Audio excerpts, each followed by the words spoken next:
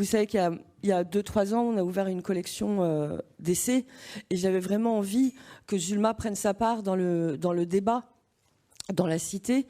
Et cette collection d'essais en était le moyen. Donc on a publié des livres qui sont importants sur l'écologie, sur les GAFAM, la surveillance numérique, sur l'intelligence artificielle. Et j'avais vraiment envie de participer à ce débat du monde. Mais voilà, hier soir, je me disais finalement, même si les essais, ça reste très important, la littérature, au fond, je pense que c'est ce qu'il y a, c'est l'endroit le plus efficace parce qu'il touche à la fois notre sensibilité, notre émotion, et il nous ouvre à la diversité du monde par le biais de l'imaginaire et de l'empathie. Donc je vais avancer vite sur la rentrée littéraire, n'ayez crainte, mais je voulais partager ce petit moment avec vous. Vous voyez, en janvier, on a publié un roman de Nassim Marashi, ça se passe en Iran. On n'a évidemment pas fait exprès, mais ça nous dit énormément de ce qui se passe en Iran aujourd'hui. Au printemps, on a publié un roman de Uba Christina Ali Farah, qui est italo-somalienne. Et je pense que la Somalie n'a plus du tout le même visage après avoir lu le roman d'Uba Christina Ali Farah, Madre Piccola. Et dans cette rentrée littéraire, on a aussi un programme qui finalement peut changer notre regard sur le monde, l'amplifier, lui donner plus de consistance, de sensibilité. Mais, comme disait ma grand-mère, on n'attrape pas les mouches avec du vinaigre. Et donc, c'est aussi ça la force de la littérature, c'est que c'est des grandes histoires, c'est du romanesque, c'est du style, c'est des voix littéraires. Mais tout ça, ça nous parle du monde dans lequel on vit, et peut-être que ça nous parle de la manière dont on pourrait aussi le transformer et garder l'espoir d'un monde nouveau. Alors, on aura un roman qui a été un coup de foudre unanime dans toute la maison, qui s'appelle Le dernier revival d'Opal et Neve. Alors, imaginez que David Bowie et Grace Jones se rencontrent à leur tout début et montent un groupe afro-punk avant l'heure. Alors, la musique, c'est pas tout à fait mon truc. J'ai dû chercher beaucoup pour savoir ce que c'était que afro-punk. Mais en tout cas, moi, de mon côté, j'imaginais aussi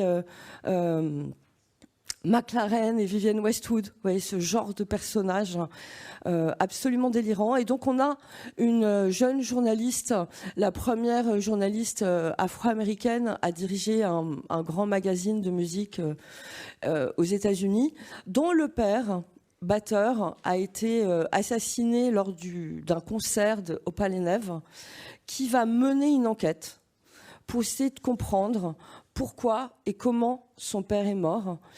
Tout ça dans une fascination pour ce groupe légendaire, Opal et Neve.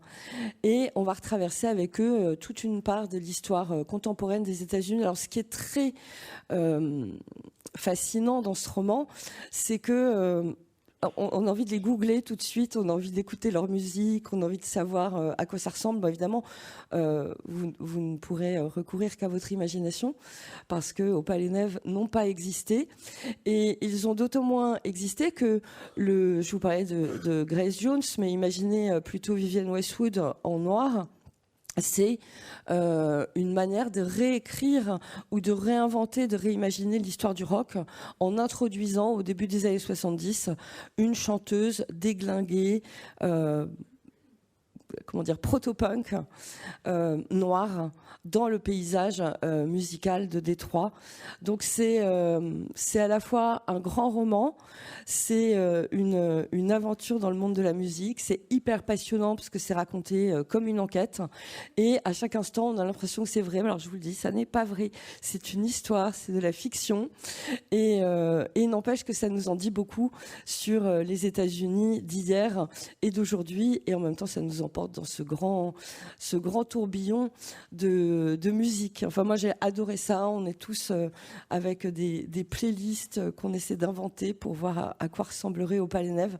Et je rêve d'un grand concert de rentrée pour pour fêter le dernier revival d'Opale Neve. Bon, je ne suis pas sûre qu'on soit encore prêt pour le Zénith, mais on va essayer.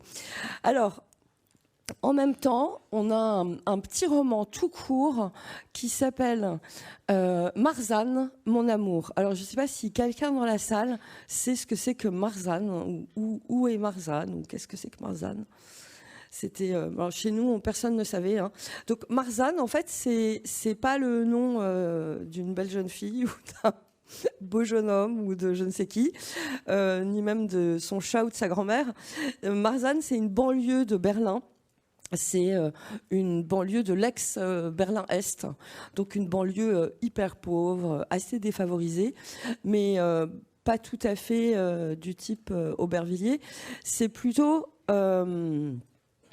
les vieux paumés, losers de l'ex-RDA qui ont cru un temps que Marzahn, c'était l'ascension sociale, que c'était génial. Et puis finalement, quand l'Allemagne est redevenue l'Allemagne unifiée Est-Ouest, ces pauvres types de RDA se sont retrouvés tout perdus, tout moche, tout bête. Alors, notre héroïne, elle est romancière. Elle en a marre de voir tous ses romans refusés. Elle a son mari qui devient vieux, ses enfants sont partis, et elle se dit que c'est vraiment la loose. Et elle décide un beau matin de devenir pédicure.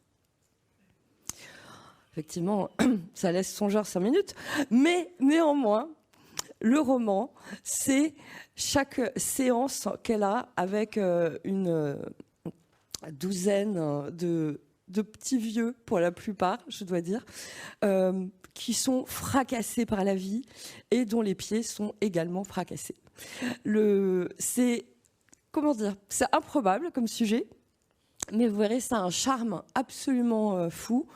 Et c'est la vie de tous ces petits vieux pendant ce moment d'intimité étonnant de quelqu'un qui s'occupe de vos pieds, quelqu'un qui va vous toucher votre corps, le masser, qui va d'une certaine manière vous aimer et prendre soin de vous.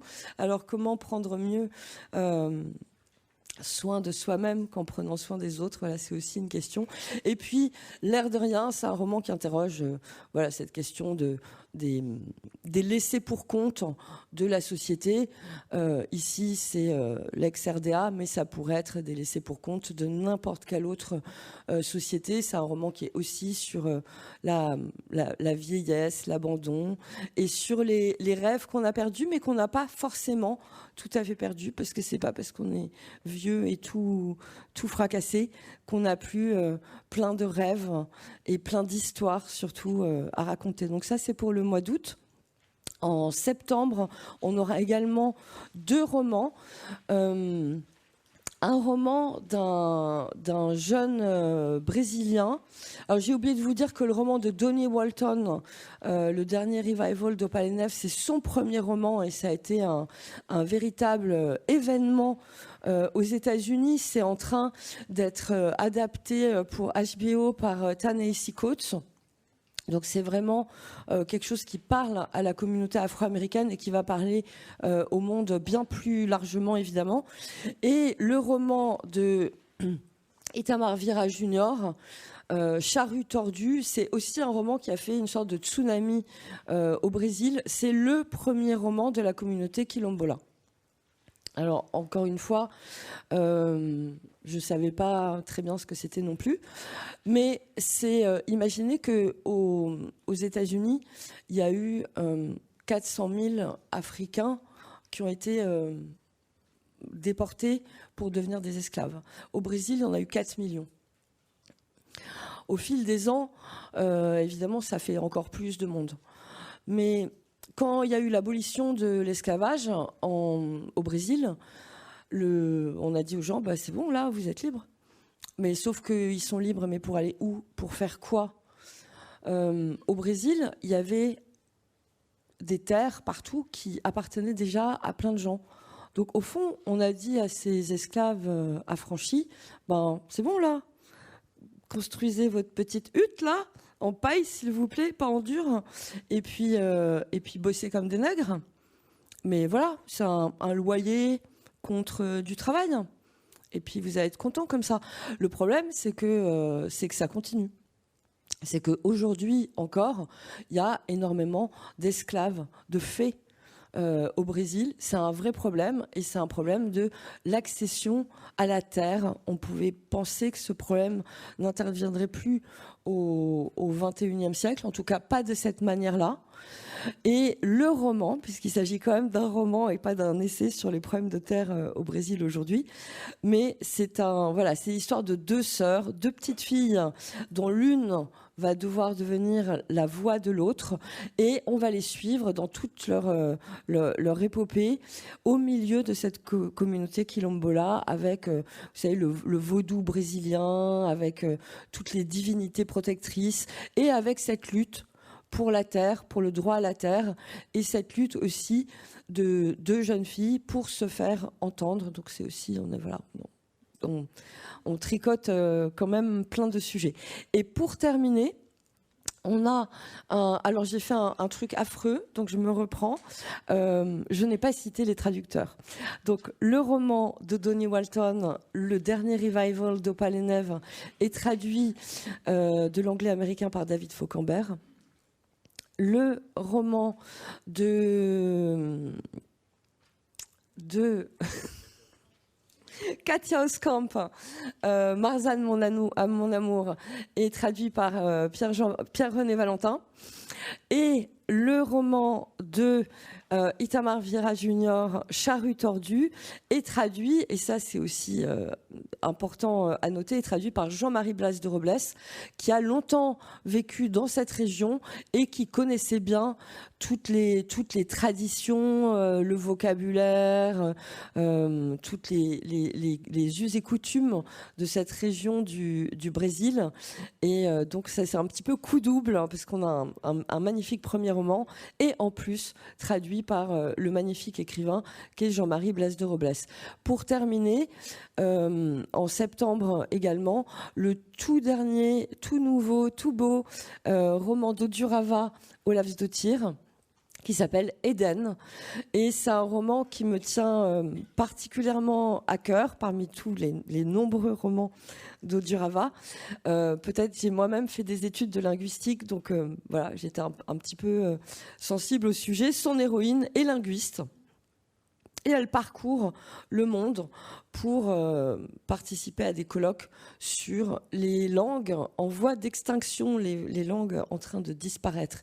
Et alors il paraît qu'il y en a une qui disparaît tous les vendredis. Alors heureusement qu'on est lundi, mais enfin voilà. On va se préparer à ce que ça continue de disparaître. Et alors elle se dit, c'est quand même bizarre, parce que pour sauver toutes ces langues en train de disparaître, eh bien elle fait des kilomètres en avion. Parce qu'à chaque fois, il y a des séminaires et des colloques dans des endroits perdus du monde. Et elle fait un jour ce calcul de savoir combien d'arbres elle devrait planter pour compenser tous ces voyages. Bon, la première chose, c'est qu'elle arrête de faire des voyages. Et puis, elle achète un petit lopin sur un bord de mer avec des mousses et de la lave, en Islande évidemment, et elle va commencer à se poser 14 milliards de questions. C'est très drôle, c'est plein de charme, et je dirais que c'est plein de charme, mais hier je visitais l'arboretum de Paris, donc en fait c'est des bouleaux, c'est pas du charme, mais enfin voilà, c'était juste qu'on parlait des charmes hier. C'est vraiment un petit roman qui est... Enfin, un petit roman, c'est pas un petit roman, c'est un roman qui est pas très long, mais qui est vraiment irrésistible, et où Odurava nous parle à sa manière, toujours très poétique et décalée, de ce monde qui change, qui va trop vite, et parfois de ce besoin qu'on a de se poser et peut-être de réinventer la vie différemment, ce que je vous disais au tout début. Je vous souhaite une excellente journée de rentrée littéraire, et puis j'espère que vous aurez envie d'embarquer avec nous dans la lecture de ces 4 romans qui, à mon sens, font vraiment la différence et valaient la peine d'être écrits et vaudront la peine d'être lus par vous et par tout le monde.